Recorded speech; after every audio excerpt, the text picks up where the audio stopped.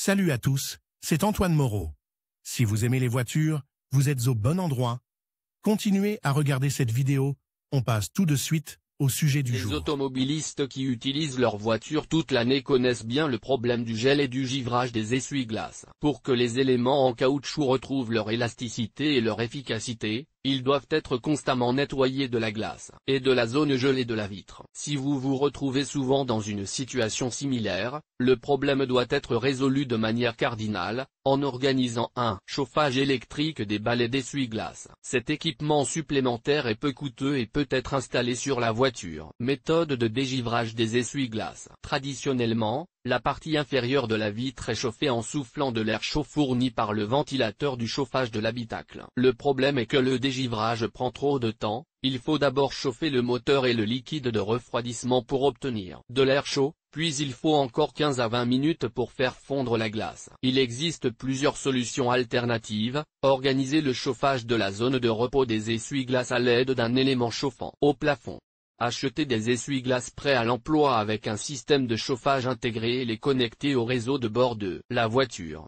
Fabriquer soi-même un élément chauffant et l'installer sur les essuie-glaces standards avec une connexion au réseau électrique par l'intermédiaire de l'allume-cigare ou d'un bouton séparé. La première méthode donne d'excellents résultats lorsqu'il s'agit d'installer un chauffage sur la lunette arrière de la voiture. Le fait est qu'à l'usine, il subit un traitement thermique et ne craint pas les fluctuations de température dans les différentes zones. Ce qui n'est pas le cas du pare-brise, dont le chauffage par un gel de -15 degrés Celsius ou moins provoquera l'apparition de fissures. C'est la conséquence d'une forte augmentation de la température dans une zone, pour laquelle la conception à 3 couches du triplex n'est pas prévue. Le chauffage de la zone inférieure du verre est réalisé très simplement. Achetez un thermocouple en film et collez-le à la surface. Le produit a une couche collante sur une face. Reliez ensuite les fils de l'allume-cigare ou d'un bouton séparé au contact. Attention!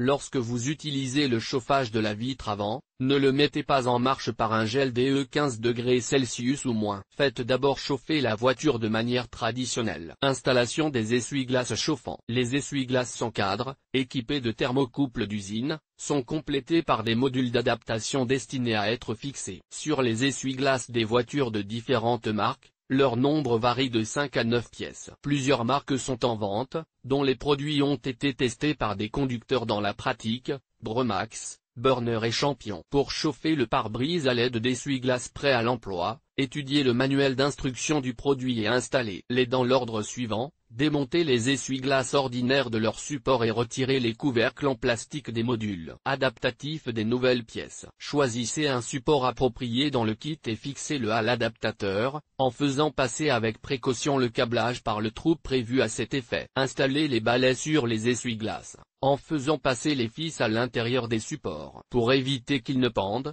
fixez les fils conducteurs de courant à l'aide de fines pinces en plastique. En utilisant n'importe quel trou technologique dans la cloison, acheminez le câblage jusqu'au bouton ou à la prise de l'allume-cigare. Attention!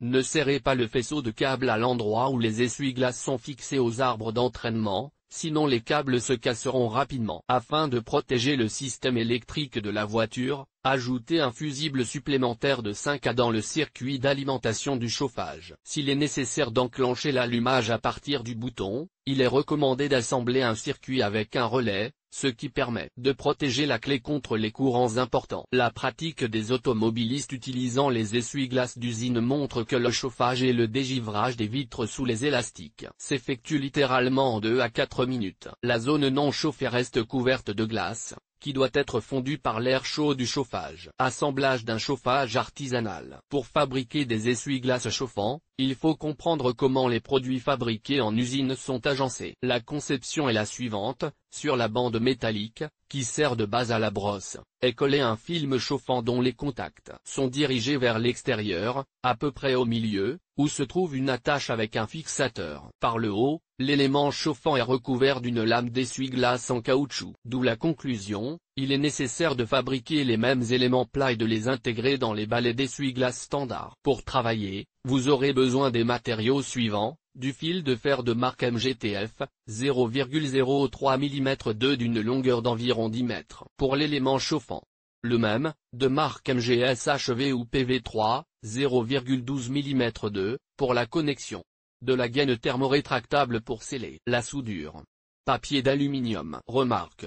La résistance du fil chauffant pour un essuie-glace doit être d'au moins 5 ohms. Cela donnera une puissance thermique d'environ 35 W pour un courant de 2,5 A dans le circuit. Pour fabriquer un élément chauffant de vos propres mains, la première chose à faire est d'enlever et de démonter les essuie-glaces. L'objectif est de mesurer avec précision la longueur et la largeur du futur film chauffant, en se concentrant sur les dimensions de la base métallique. Ensuite, procédez comme suit. Enfoncez 2 clous dans la planche à une distance égale à la longueur de la base de l'essuie-glace. Coupez un morceau de fil à la résistance, indiqué ci-dessus, et enroulez-le entre les clous de manière à ce que les extrémités soient centrées. Fixez la boucle ainsi obtenue avec du ruban adhésif, retirez-la des clous et enveloppez-la dans une feuille d'aluminium. Soudez les extrémités du fil chauffant MGTF avec le câble de connexion PV3. Placez une gaine thermorétractable isolante sur le joint et chauffez-le à l'aide d'un briquet. Lorsque vous avez terminé, placez le chauffage fait maison à l'intérieur de la brosse,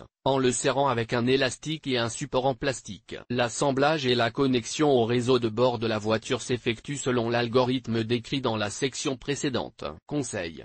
Au cours de l'opération, utilisez le chauffage maison brièvement, afin de ne pas décharger la batterie. Mettez-le en marche pendant 3 à 5 minutes, ce qui est suffisant pour dégivrer les vitres. Modification des essuie-glaces en silicone. De nombreux automobilistes installent des essuie-glaces en silicone de la marque Horse à la place des essuie-glaces habituels. Munis de tampons en caoutchouc. Ces produits présentent 3 caractéristiques, une élasticité accrue, qui ne se perd pas avec le temps. Il y a un trou longitudinal à l'intérieur de la doublure. Le silicone peut supporter un chauffage jusqu'à 250 degrés Celsius. Dans ce cas, les brosses sont chauffées à l'aide d'un filament de nichrome d'une résistance d'au moins 8 ohms. S'il est torsadé en spirale, il faut alors aligner le fil en le chauffant à l'aide d'un petit brûleur à gaz. Enfilez ensuite le fil dans le trou et faites ressortir les extrémités au milieu en créant un canal angulaire à l'aide d'un poinçon. Pour souder le fil de cuivre au nichrome, traitez-le avec un pinceau trempé dans de l'acide chlorhydrique. Poursuivez le travail selon le schéma précédent, assemblez les essuie-glaces et connectez-les au réseau électrique. Si, pour diverses raisons, vous ne pouvez pas fabriquer vous-même un élément chauffant,